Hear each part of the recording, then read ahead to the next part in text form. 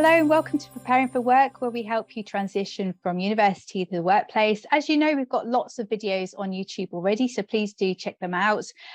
Today, we're going to be speaking to a UCL engineering alumnus called Imran Abdullah. And Imran, I'm just going to go straight to you to introduce yourself.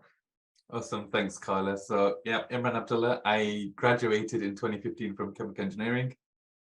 Previous background, I have jumped from job to job in multiple different industries. So I worked in manufacturing at Cadbury's during my internship year at UCL, then went into investment banking for 2 years, then went into utilities at National Grid for 5 years, and I'm now in management consulting for Guidehouse, focusing on energy and decarbonisation. Wow, thank you for that. Gosh, you've done quite a lot there.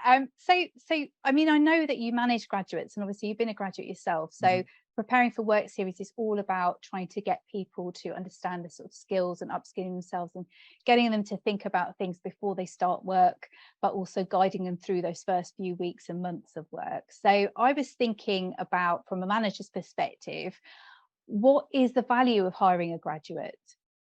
So I think what graduates bring is, so it's not so much the knowledge, because you learn a lot of knowledge on the job and each job is very specific, but what graduates bring is that desire to want to learn and a fresh pair of eyes. That's the one thing I really do like.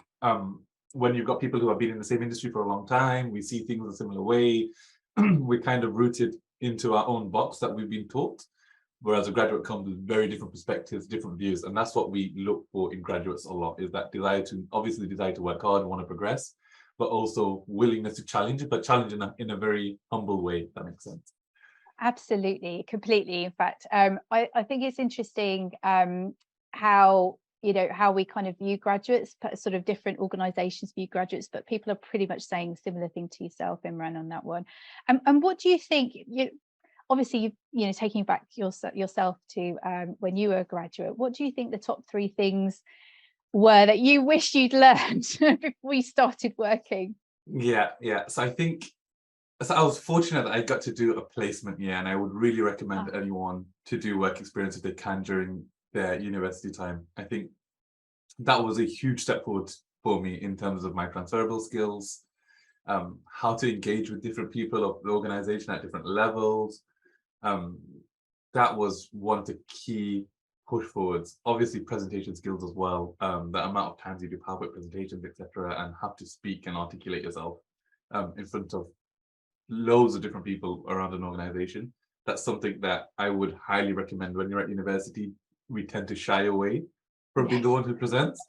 You just need to get stuck in, because it is a huge asset when you step into the workplace. But yes, I think, like I said, I was very fortunate. I got to do work experience, and that was almost a learning bed for me. And it was all the soft skills more than it was the knowledge skills that I gained from that experience. And speaking of skills, are there any skills or traits that you like when you hire a graduate and you onboard them and you get them integrated into your team? Are there any sort of skills or traits that you like to see graduates or students sort of upskill themselves in and get it moving quite quickly in?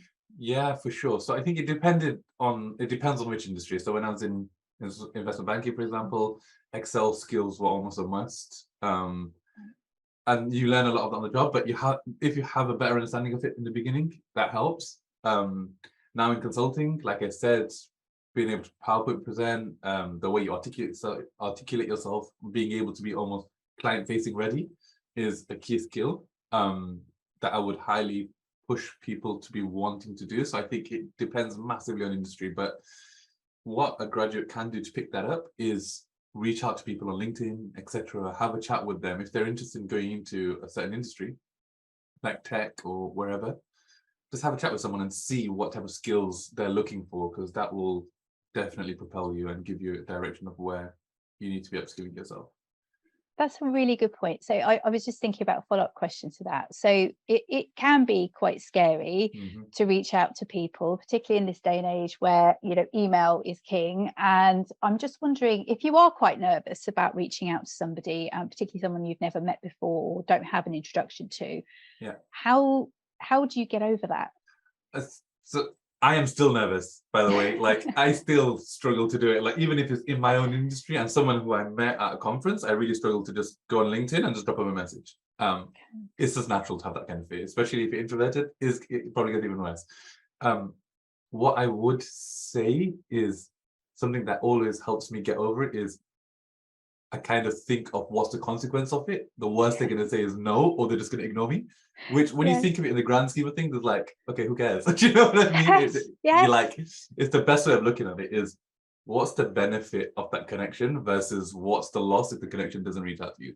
If you weigh that up, it's a no-brainer. Like, the benefits far outweigh whatever. Even I would even class not being responded to as a consequence, but you know what I mean.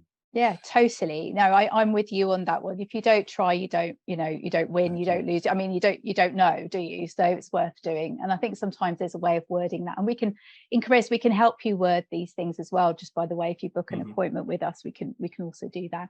And I know, so one big thing that one big topic that's coming out on preparing for work is dealing with mistakes. And we know that with graduates, we kind of expect them to make mistakes because that's kind of part and parcel of the learning process that happens in the first couple of years, especially when you've left university. So are you able to share any stories of, obviously no names, no organizations, but good or bad, anything that you can share about how, what happened in a mistake and kind of around that situation and how somebody kind of I guess learned from the situation. I think at work that I would never ever call it a mistake. Number one, I think they're all, these things just happen. Is how you learn, kind of move forward from them. So if I was taking one of those examples, so I remember when I was in investment banking, there was one situation where we were paying off this kind of loan in one of the entities. I kind of paid it off, but what I didn't realize was I didn't have the cash within the company to be able to pay it off. So the account went massively into overdraft. So I kind of told my boss, didn't know what to do. And this is where having a manager who supports you is so important in such a situation. She stayed with me. We stayed until about 9:30 at night, phoned traders, brought cash into the account, covered up the overdraft, etc. And we're talking about a massive overdraft. We're talking about 30-40 million, so big numbers. We're not talking about small numbers there. So it would have been, it was a pretty serious mistake. But straight afterwards, boss helped me out, stayed till 9:30. I felt terrible the first day. Next day came in, I apologized to my boss. My boss was like, you don't need to apologize. Like, just these things happen. It's how you learn from them. And like, now the due diligence I take to get to that situation is so important. You know what I mean? And the care I take, and that comes from having had this kind of incident. So, like I said, key things to get over it is, look, apologize when you need to apologize, because there are times where you just need to apologize when you made a mistake. Try and surround yourself. If you're not sure, like, sometimes you have to work through ambiguity, but if you're really not sure, especially when you're a graduate, don't be afraid to ask someone senior to check before you go and do something. Like, I think at that point I was moving towards like my end of my first year as a graduate, so my confidence was growing. And that confidence led to a bit of arrogance in terms of, I can do this myself and just crack on. Just that there's nothing wrong when you're a graduate. It's the perfect time to ask questions, is what I'd say. Exactly, it's perfect time to make mistakes as well. Exactly, the big one. exactly. 40 million in overdraft. That was a big one. I mean, we've all made them, right? Little, big, we've all done it. So it's just like I keep saying to graduates and students as well, interns, particularly, they're there for such a short period of time, to try and recover from those things can be quite difficult. And how do you recover from these things? I mean, you sort of spoke about a sort of plan of action and sort of, obviously admitting your mistake, getting support if you need it, and, working it through so you don't make those mistakes again. But how does your reputation recover from something like that? So I think the first step to recovering your reputation is ownership of what happened. I think if you try and hide it under a carpet and pretend it didn't happen, then I think you just need to talk it out, is what I'd say. Yes. Yeah. Talk it out with your manager and be like, look, I made this mistake, like, I apologize, etc. I think also for you as a person, your mistakes shouldn't define you, if that makes sense. Right. You know what your talent is, you know what you're good at, and you know how good you are. You shouldn't let mistakes dictate you or knock your confidence. Yes, there'll be a confidence knock. There always is. But take the confidence knock as more a chance to become more resilient and move forward and get better, if that makes sense. Yes. But yeah, I think ownership of mistakes and ownership of failures are what makes you definitely better in the workplace. I couldn't agree more, and I think that's what I pretty much said in the video. So thank you for that. So echoing, it's nice to hear other people say it. I think it's really important. And so just leading on from that, because there must have been some feedback from from that situation, let alone all the other situations that you the sort of performance that you have over the years. What do you think was the best bit of feedback that you received early on in your career? Best piece of feedback. I've received some really, really good ones, to be fair. One great one I heard was so this was a very work-life balance one. So I'm one who works a lot of hours. I just am. And a piece of feedback I got once was to prioritize your life based on regrets, which I thought was a really interesting way of looking at things. Yeah, it was when you look back a week, month, or year, what did you regret the most? And that should prioritize your actions going forwards. So there's times where I feel out of balance, where I've worked too hard, done a lot of hours, and a lot of the regret comes from lost time with friends, family, etc.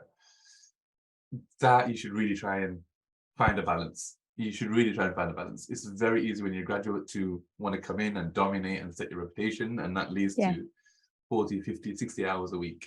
Yep.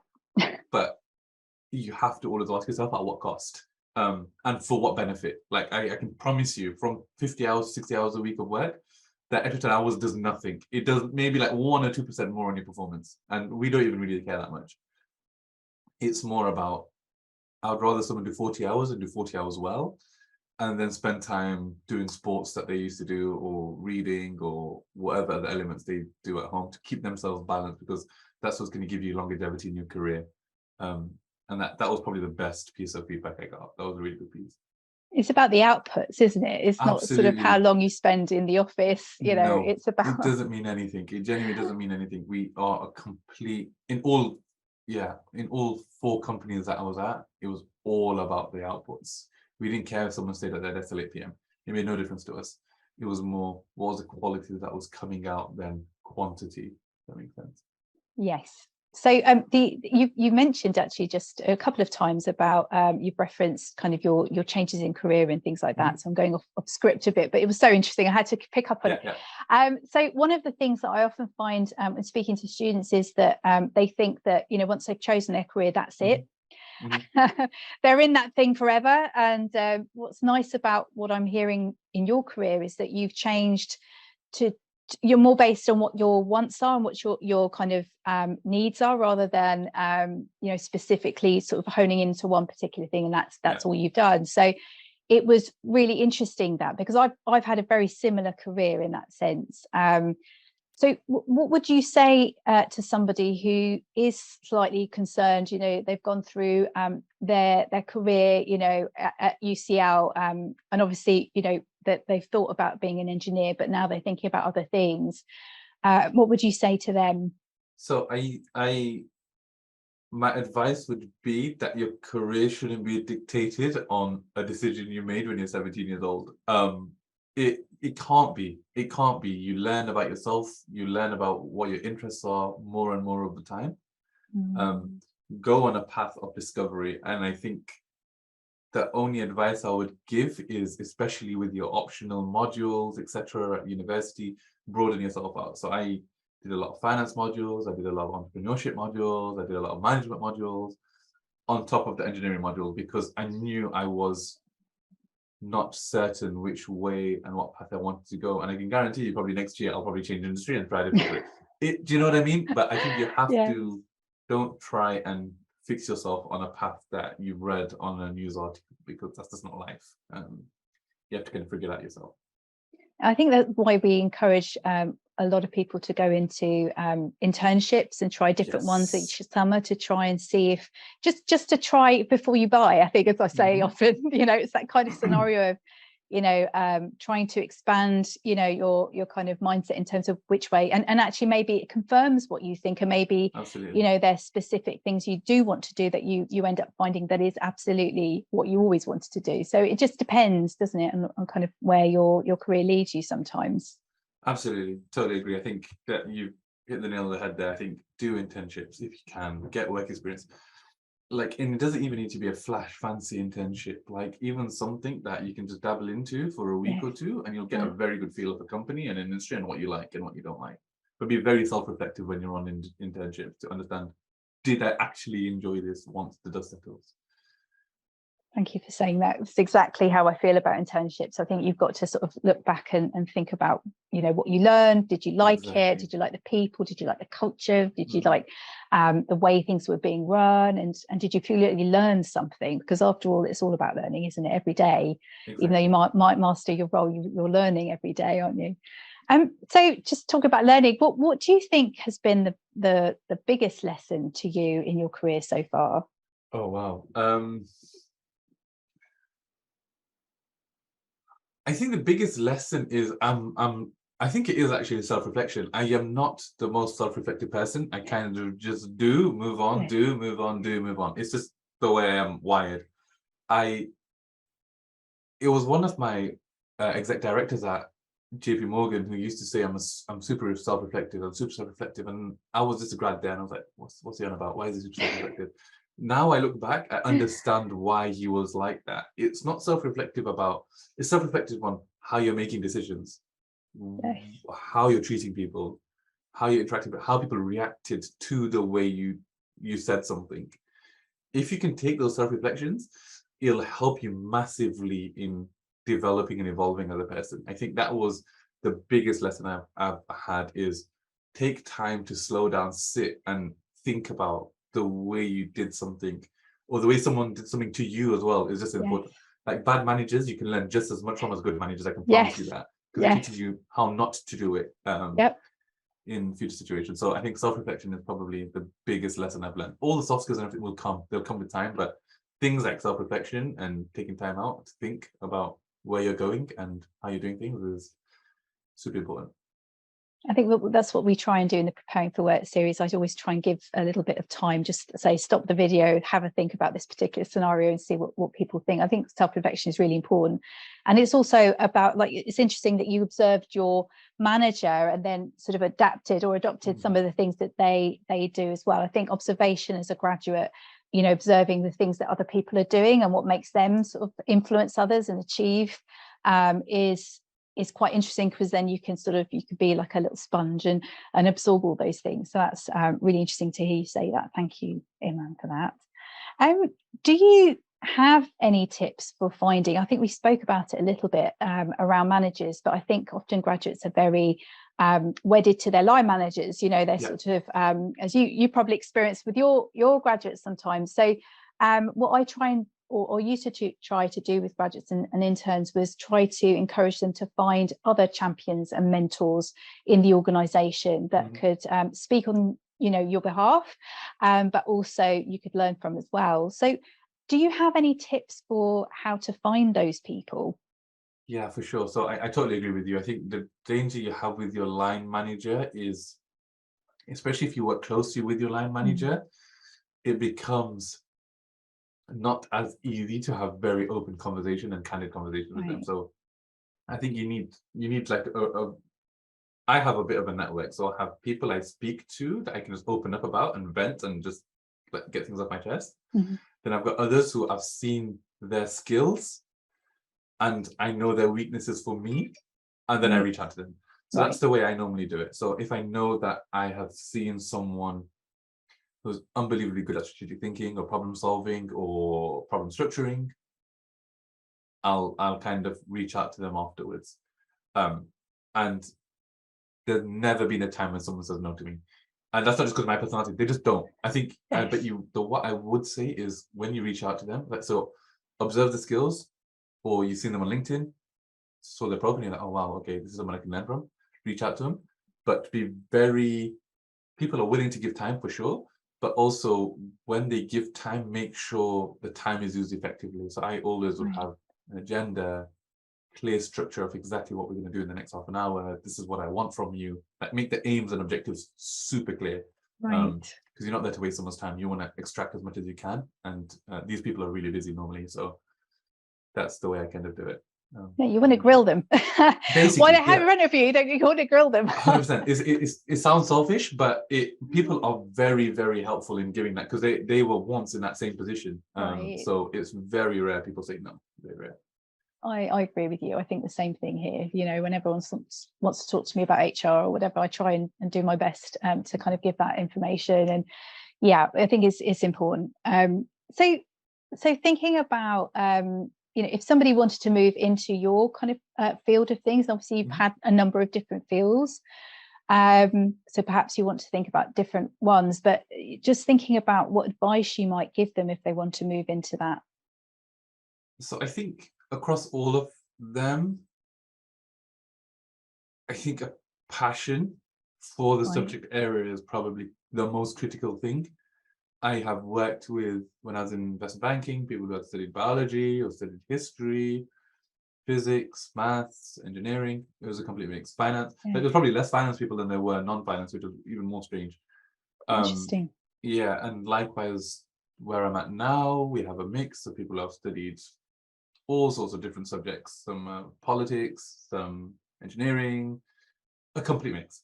I think what's more important, like I said, is a passion for the subject and being able to tailor the skills you've gotten for the role. There's not been one role where the information I got, or the studying I got from university, has been directly applicable to the roles I applied for. It's more, okay, can you problem solve? Yes. Can you engage with someone? Yes. Do you have a desire to work, and that work ethic? Yes. Those are the most important skills, and your ability to package that for the role is what's going to open doors more than anything else. Is the way I'd phrase it. So I kind of beat around the bush on that answer, because I don't think there's one straightforward answer. But you're right. yeah, the passion is number one, and then it's, have you got the rest of the skills that match the job description that you're going after? And how does someone demonstrate that passion? I think a lot of it is research. You Right. have to. So if you're coming to apply to my company, I anticipate that you'd know kind of what we do, where Yes. we work, how we work. You've shown that you've spoken to other people in the company is another great one. It's like, look, I'm thinking about Guidehouse. I spoke to Imran. I spoke to X. I spoke to Y. That shows clearly you're passionate, because you've gone out your way to, again, go over that barrier of reach out to someone on LinkedIn and actually done it, spoken to them, got the information you need. You're someone who's consciously thinking about the decision before making it. That for me is someone who is demonstrating passion. Thank you. That's been so useful. The whole interview has been very, very useful. Thank you so much, Imran, for sharing your time and sharing your thoughts. And I'm so glad that the whole purpose of having alumni interviews is that, you know, we bring to life much of what I've spoken about on the Preparing for Work series, and more to come, guys, as well. So keep tuned as well. But thank you once again, Imran. That's really, really helpful. Thank you. No, pleasure. Thank you.